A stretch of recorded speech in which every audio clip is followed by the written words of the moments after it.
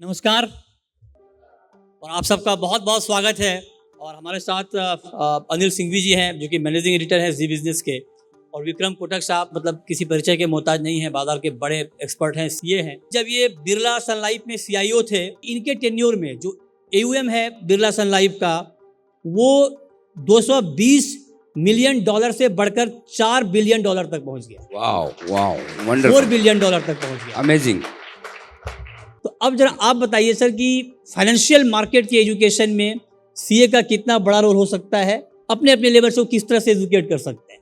एकमात्र profession CA का ऐसा है, उसका बिजनेस सबसे ज्यादा तब बढ़ता है जब उसके क्लाइंट की प्रोग्रेस और देश की प्रोग्रेस हो। तो अगर राष्ट्र निर्माण में सबसे ज्यादा दिल से, खुशी से कोई कंट्रीब्यूट करता है तो ये हमारा प्रोफेशन है, चार्टर्ड अकाउंटेंट्स का। हमारा सीए हमेशा ये चाहता है कि इसका बिजनेस बढ़े, ज्यादा से ज्यादा बढ़े, और इसलिए वो अपने क्लाइंट्स को एडवाइस भी उसी तरीके से करते हैं। जितनी ये ग्रो करेगा उतनी अगली बार मेरी फीस भी ज्यादा देगा और उतनी अगली बार मेरी सर्विसेज भी ज्यादा लेगा।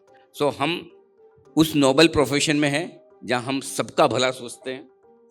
रहा सवाल चार्टर्ड अकाउंटेंट्स के रोल का, 2 लाख करोड़ की जीएसटी आपके हर महीने पहुंची अकाउंट में।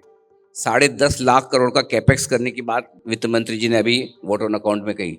Direct taxation, income tax life high पर चल रहे हैं। कलेक्शन कहाँ से आ रहा है? ये पैसा देश की मजबूत इकोनॉमी से आ रहा है। और इस देश की मजबूत इकोनॉमी में अगर किसी एक प्रोफेशन का सबसे ज्यादा कंट्रीब्यूशन है तो वो चार्टर्ड अकाउंटेंट्स। चाहे शेयर्स डायरेक्ट खरीदें, म्यूचुअल फंड्स के थ्रू खरीदें, तो मैं कई बार कहता हूँ कि भाई एक अच्छा एडवाइजर होना चाहिए। एडवाइजर को जो आप फीस देते हो उसका कभी नुकसान नहीं होता। फॉर एग्जाम्पल, आप कभी कोई प्रॉपर्टी की डील कर रहे हैं तो एक अच्छा ब्रोकर होना चाहिए। उसकी एक्सपर्टाइज है कि किस तरह से डॉक्यूमेंट्स होने चाहिए, कब लेन देन करना चाहिए, कैसे करना चाहिए, राइट। उसी तरह से फाइनेंशियल हेल्थ के लिए और आपकी वेल्थ के लिए आपके पास एक अच्छा चार्टर्ड अकाउंटेंट होना बहुत जरूरी है। कई बार हम सोचते हैं कि यार ये जरूरत क्या है, क्यों फीस देनी है, लेकिन ये वो फीस है जो आपको खर्चे के तौर पर नहीं, इन्वेस्टमेंट के तौर पर देखना चाहिए। और ये किसी अच्छे सीए में आपका किया हुआ निवेश किसी भी बिजनेसमैन को कई गुना रिटर्न वापस देता है। ये हमारे प्रोफेशन की ताकत है। अब विक्रम सर, आप जरा हमें ये बताइए, क्योंकि बहुत सारे सीए हैं यहाँ पे और आपकी बिरादरी के हैं। अब चूंकि जेनजी का ज़माना है, बहुत सारे आप देखें, हम रोज़ देखते हैं, अनिल सर अपने शो में डिस्कस करते हैं कि नए लोग आ रहे हैं। हम मार्केट को अब ड्राइव करने की स्थिति में हो गए हैं, कर रहे हैं, कई बार हम करते हैं। रिटेल की ताकत है। उस दृष्टिकोण से सीए का रोल आप क्या देख रहे हैं, और क्या आपको लगता है कि इस पूरे मार्केट में जो अभी डेवलपमेंट हो रहा है इसमें सीए की बड़ी भूमिका हो सकती है? जैसे अनिल ने बताया, मोटा मोटी सारी चीजें क्लियर हैं कि सीए का होना मार्केट के लिए, कैपिटल फॉर्मेशन के लिए और इकोनॉमी के लिए बहुत आवश्यक है। मैं आपको थोड़ा पीछे ले चलता हूँ। 1994 में जब मैंने सीए पास किया था, 30 साल पहले, तो मैं कहीं जॉब के लिए गया था। तो मैंने बोला मुझे इक्विटी रिसर्च करना है। तो उसने बोला यार तुम तो सीए हो, तुम तो अकाउंट करोगे, ऑडिट करोगे, इंटरनल कंट्रोल करोगे, इंटरनल ऑडिट करोगे। और तभी 94 में इक्विटी रिसर्च बहुत अलग वर्ड था। मुझे याद है जब मेरी सगाई हुई थी तो मेरे ससुर ने पहला क्वेश्चन पूछा, तुम क्या करते हो? मैंने, मैं इक्विटी मार्केट में जॉब करता हूँ। अच्छा, सट्टा करते हो? तो ये वो जमाने का परसेप्शन था। आज का परसेप्शन ये है कि अगर आप सीए हो या प्रोफेशनल हो और इक्विटी मार्केट से नहीं जुड़े हो तो अच्छा इक्विटी नहीं करते हो क्या तुम, तो सीए क्यों हो? तो ये परसेप्शन पूरा चेंज हुआ है, बहुत ड्रामेटिकली चेंज हुआ है। मैंने एक एज अ सीए सीखी है। ऑफकोर्स मैंने काफ़ी एमबीए को भी देखा है, सीएफएस को भी देखा है। सीएफएस हमारे टाइम पे नहीं होता था, बट सीए की जो क्षमता है एनालिसिस करने की या बैलेंस शीट पढ़ने की, मुझे लगता नहीं किसी की है। मैंने फाइनेंशियल सर्विस सेक्टर पे सीए का क्या रोल उस पर लिखा, तो उसमें 2 मिनट बता दूंगा। मेरे हिसाब से it is not only equity. मैं देखता हूँ आजकल नए सीए जो आते हैं, मुझे इक्विटी रिसर्च करना है, मुझे इक्विटी ट्रेडिंग करना है, बट इससे बहुत ज्यादा है। Financial services is everything. Like Anil's profession, media guy, I never thought someone like Anil can be a media number 1 guy. Audits है, कंप्लायंस है, बहुत सारी चीजें एक्सपांड हो रही है। तो आई थिंक काफी बड़ा रोल है इकोनॉमी में, फाइनेंशियल सर्विस में सीए का, क्रेडिट एनालिस्ट का रोल है। तो आई थिंक ये जो सीए का प्रोफेशन है, इट इज ब्लेसिंग। और इंडिया का जो फ्यूचर है, अपने सबको पता है कि 20, 25, 30 साल तक हमको ऊपर देखना है, नीचे देखना ही नहीं। तो ये पीरियड में वेल्थ क्रिएशन से लेके, लर्निंग से लेके बहुत बहुत सारी अपॉर्चुनिटी सीए के लिए और हर प्रोफेशन के लिए उभर रही है। अब मैं दूसरे राउंड में अनिल सर आपसे ये समझना चाहता हूँ, क्योंकि आप इसके एक बड़े एग्जाम्पल हैं कि कैसे टफ लैंग्वेज को इजी बनाया जाए। तो जो नए जनरेशन के सीए हैं उनको आप क्या सीख देंगे कि जार्गन्स हैं उसको कैसे इजी बनाए? जिंदगी में सीधा, सरल और आसान बनना सीधा सरल और आसान बनना सबसे मुश्किल काम है। जब मैं 2005 में मीडिया में आया, उससे पहले मैं सीए होने की वजह से कैपिटल मार्केट रिलेटेड जॉब्स में था। उस समय तो सिस्टम ही ऐसा ही था कि मतलब stock market, investments, money, finance, ये सब अंग्रेजी बोलने वालों लोगों का काम है। 3, 4, 5 मेट्रो सिटीज़ छोड़ दीजिए, उसके बाद क्या। मैं सोचता था यार हिंदुस्तान का पैसा है, हिंदुस्तान की कंपनियां, हिंदुस्तान का मार्केट है, ये सारे एफआईज आते हैं बाहर से और यहाँ इन्वेस्ट करते हैं। हमारे best to best banks, best to best organisation में सारे होल्डिंग इनके पास है।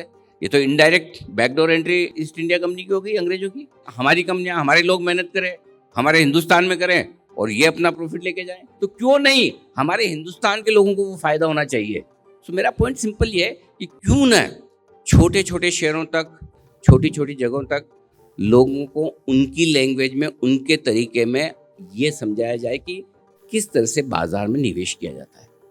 और जब समझेंगे और समझ के करेंगे तो बदलाव आएगा। और जार्गन फ्री करने के लिए मृत्युंजय एक ही चीज़ है, आपको अपने दर्शकों के लेवल के साथ अपना लेवल मैच करना होता है, अपने ज्ञान को, अपने ईगो को पीछे रखना होता है और ये समझाना होता है कि मैं जो बोल रहा हूँ उनके पल्ले पड़ रहा है कि नहीं। अब विक्रम सर, एक बात मैं आपसे और पूछना चाह रहा हूँ सर, क्योंकि आपका बहुत लंबा एक्सपोजर ग्लोबल मार्केट का भी है, उसको देखते जो ग्लोबल मार्केट में आपने देखा, सुना, सीखा, वो आप कैसे शेयर करेंगे जो ऑडियंस हमारे साथ यहाँ पर बैठे हैं, ताकि इनको भी लगे कि वो जो कर रहे हैं उसमें क्या सुधार की गुंजाइश है। पहले ये बताओ जी, अनिल जो ये एफआई है अंग्रेजी की बात कर रहा था, अब मुझे पता चला कि ये गोरे क्यों बेच रहे हैं। 10 साल में गोरों ने अपना होल्डिंग इंडिया में 23% से 17% कर दिया, बट लेकिन सामने DII ने 9% से 17% कर दिया। DII इक्वल हो गए हैं अभी।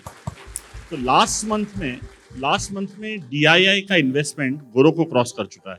इसलिए मैंने इनको एक नाम दिया है और मैं कहता हूँ ये तीसरी महाशक्ति है। एफआईज, DIs के बाद ये हमारी रिटेल तीसरी महाशक्ति है। एक्चुअली है ना, हमने कभी इनकी ताकत का अंदाजा ही नहीं समझा, और समझा तो इग्नोर किया। पिछले 4 सालों में आप लोगों ने अच्छे बड़े लोगों की जो सोच है उसको बदल दिया है, और सिर्फ एक वजह से कि आप अब ज्यादा सेंसिबल, ज्यादा समझदार और ज्यादा लॉन्ग टर्म वाले इन्वेस्टर हो गए। आई थिंक ये क्रेडिट आपको जाता है। कनाडा, जापान, यूके, यूरोप सारे रिसेशन में चले गए। तो इंडिया का ये एडवांटेज है कि इंडिया अभी भी ये जो यंग पॉपुलेशन का जो बात है, यंग डेमोग्राफिक का बात है, ये प्ले हो रहा है। और उसका सीधा साधा एग्जांपल यही है कि इंडिया ग्रोथ स्टेज पे है। 45 countries are in war directly indirectly. ये पिछले 75 ईयर्स में कभी नहीं हुआ है। The highest level of war between different countries. हम ऐसे नहीं बोल सकते 2 वॉर है, एक्चुअली इसमें काफी लोग और भी जुड़े हुए हैं। तो वर्ल्ड माहौल बहुत डिफिकल्ट है, और एक वर्ल्ड माहौल जो डिफिकल्ट करेगा आगे जाके AI, आर्टिफिशियल इंटेलिजेंस। तो ग्लोबल सिनेरियो बहुत टफ है। उसमें इंडिया एक बोलते हैं, मैं हमेशा बोलता हूँ अनिल जी के डार्क नाइट में शाइनिंग स्टार खड़ा हुआ है, और जो रहेगा, क्योंकि हमारी इंटरनल इकोनॉमी है, डोमेस्टिक इकोनॉमी। और एक एग्जांपल बहुत मेरे को याद आता है, अगर मेरी पर्सनल लाइफ से जाता हूँ, 98 में मैंने पहली बार घर खरीदा था, 1998 में, सीए होने के 3 या 4 साल के बाद, और 18% इंटरेस्ट रेट था मॉर्गेज का। आज अपने इंटरेस्ट रेट पहुंच गए 8% पे, 8, 8.5, 8.25, जो भी प्लस माइनस कौन सी बैंक से लेते हो। 2008 में लीमन क्राइसिस के टाइम पे हमारे इंटरेस्ट रेट मॉर्गेज के 8% थे, और यूएस में 2%, कनाडा में 2% थे, यूके में 2% थे, यूरोप में 2%। आज सबके इंटरेस्ट रेट 8% हो गए मॉर्गेज के, अपने 8% ही है। तो एक बड़ी क्रेडिट हमको देनी चाहिए डोमेस्टिक इंस्टीट्यूशन को, सेंट्रल बैंक RBI को, कि हमारे स्ट्रक्चरल इंटरेस्ट रेट सेम रखे हुए। सो ये सब जो फायदा है सेविंग्स का, इकोनॉमी का, जो महाशक्ति इंडिया बन रही है, उसका ये बड़ा बेनिफिट है। कई बार होता है कि ये कहा जाता है कि गिरावट पर खरीदे, तेजी पर बेच दे, लेकिन ये कैसे पकड़ें कि जहाँ पे मैं खरीद रहा हूँ इतनी ही गिरावट है, या इससे और नहीं गिरेगा, या जहाँ मैं बेच रहा हूँ वही टॉप है, या मतलब टॉप और बॉटम को पकड़ना क्या संभव है, या फिर इसके लिए क्या कोई फार्मूला है कि कब एंट्री लें और कब एग्जिट करें? इसका एक ही ट्रीटमेंट है, टाइमिंग के बजाय टाइम। जिंदगी भर हमने इसी में समय निकाल दिया कि कब लें और कब बेचें। कभी हमने ये तो सोचा ही नहीं कि कितना लें और कितने समय के लिए लें। आपका इन्वेस्टमेंट प्रॉपर्टी और गोल्ड और बैंक की FDs वगैरह डिपॉजिट मिलाकर आज भी 80% होगा, किसी का 90% होगा, किसी का 95%, किसी का 98% होगा, 50-60% से ज़्यादा तो लगभग सबका होगा। 5% इक्विटी एक्सपोजर अगर आपके ओवरऑल वेल्थ का हो जाए, उसमें से अगर वो इक्विटी 10% घट गई, यानी कि 20 बेसिस पॉइंट 0.2% आपकी ओवरऑल वेल्थ में से कम हो गया, पसीने छूट जाएंगे।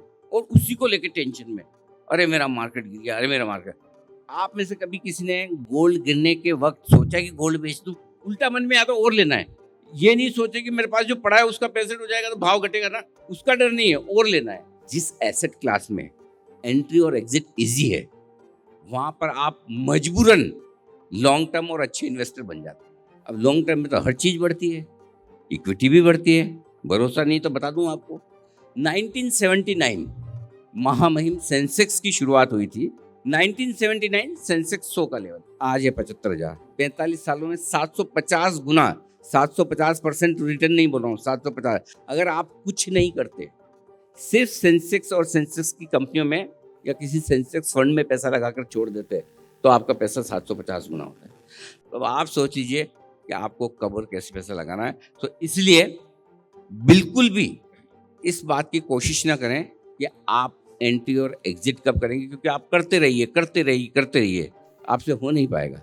सिर्फ आप बने रहेंगे, टिके रहेंगे तो पैसा बनेगा। इसलिए मैं बार बार कहता हूँ, हर बार कहता हूँ, इंसान हो या निफ्टी, अंत में जाना ऊपर ही है। तो आराम से इन्वेस्टेड रहिए, अच्छे फंड्स ले लीजिए, अच्छे स्टॉक्स ले लीजिए, कुछ मत करिए। इंडेक्स फंड में, इंडेक्स में पैसा लगाकर शांति से बैठ जाइए, उसमें भी आपकी बढ़िया वेल्थ बन जाएगी। बट बजाय रोज रोज ऊपर नीचे देखने के, आज ये कल वो, इधर उधर, ये सब ये लाइफ में चलते रहेंगे, कभी खत्म होने वाला नहीं है। इसलिए बस लॉन्ग टर्म के लिए इन्वेस्टेड रहिए। बिल्कुल, तो ये एक मूल मंत्र है कि लॉन्ग टर्म के लिए आप इन्वेस्टेड रहिए। एक स्टॉक को समझने के लिए, मतलब मैं कहाँ पैसा लगा रहा हूँ, उसको समझने के लिए क्या क्या देखना चाहिए, मतलब उसका क्या पैरामीटर होना चाहिए। अगर मैं कोई स्टॉक सिलेक्शन कर रहा हूँ, 3-4 चीजें ऐसी कि जिसको देखकर मुझे लगे कि हाँ इसमें लगाऊं या ना लगाऊं। कोई भी पीरियड में 1 साल से ज्यादा इन्वेस्ट किया हुआ सेंसेक्स पे, so 93% time you will make money. If you invested for 5 years and more in the same Sensex, 98% time you will make money. So long term what you are saying is correct. दूसरा, being a CA, very simple advice to all of you. If you work for money, you will end up paying 35-40% tax, right? The salary, business, short-term trading, whatever, speculation. If money works for you, then you will pay 12% tax, 11.7, right? So if you work for money, you will pay much higher tax. If money works for you, don't pay the tax. तो मैंने जो शुरू किया था, बहुत simple शुरू किया था कि मुझे क्या अच्छा लगता है, जो मैं रोज यूज करता हूँ। सबसे सिंपल, जिसको ज्यादा नहीं समझता है, बहुत सिंपल रखना है कि मेरे को कौन सी गाड़ी अच्छी लगती है, कि विच शेविंग ब्रश यू यूज और विच शेविंग किट यू यूज, कि भाई मैं रोज बैग कौन सी ले जाता हूँ और मैं ट्रैवल करता हूँ। ये एक सिंपलेस्ट वे है करने का। Since you all of you are CA, I look at 3 things. Management quality सबसे ऊपर, कि अगर मैनेजमेंट में हंगर है, पैशन है और एथिक्स है, तो आपको चिंता नहीं करना, उसको चिंता करना, वो खुद ले जाएगा आगे उसका। कॉर्पोरेट गवर्नेंस स्टैंडर्ड्स बहुत जरूरी है, क्योंकि हमने बहुत कंपनियां देखी जो काफी ऊपर चली थी और काफी नीचे चली गई। हर 10 साल की मिड कैप साइकिल में ऐसे 50 या 100 एग्जांपल मिलेंगे जो 1/10 हो गए या 1/15, 1/5 हो गए, whatever, 198 हो गए, whatever. Third very important thing, I elaborate into 4 parts. What is the competitive intensity of the company? So for example, I am buying a particular sector company. What are the competition around it? What is their cost structure versus the other company's cost structure? It means you come to that मुनाफा EBITDA margin वाला जो point है उस पे आ जाएंगे। तीसरा very important जो इसका एंगल है कि इसकी लॉन्जिटिविटी क्या है, इनसे ये सेक्टर कितना ऊपर जा सकता है। तो लकीली आप इंडिया में बैठे हो, तो 98% सेक्टर्स इंडिया के हैं ना, वो अगले 10 साल 15 साल में ऊपर ही जाना है। जितना आप सिंपल रखेंगे उतना ज्यादा पैसा बनेगा, ऐसा मेरा मानना है। Most of the sectors are under penetrated. जैसे कंट्री कैपिटल फॉर्म करती जाएगी, जीडीपी बढ़ता जाएगा, इनकम बढ़ती जाएगी, पर कैपिटा बढ़ता जाएगा, I think net her sector को, कंजम्पशन से लेके मैन्युफैक्चरिंग से लेके, मुझे लगता है हर सेक्टर में बेनिफिट बहुत ज्यादा है। बट ये जो 3-4 चीजें हैं कि जो आपको अच्छा लगता है यूज करने को, जिसकी क्वालिटी अच्छी है, जिसकी प्राइस रिजनेबल है, जो मार्केट शेयर गेन कर रहा है, ये बहुत सबसे सिंपल तरीका है शेयर खरीदने का।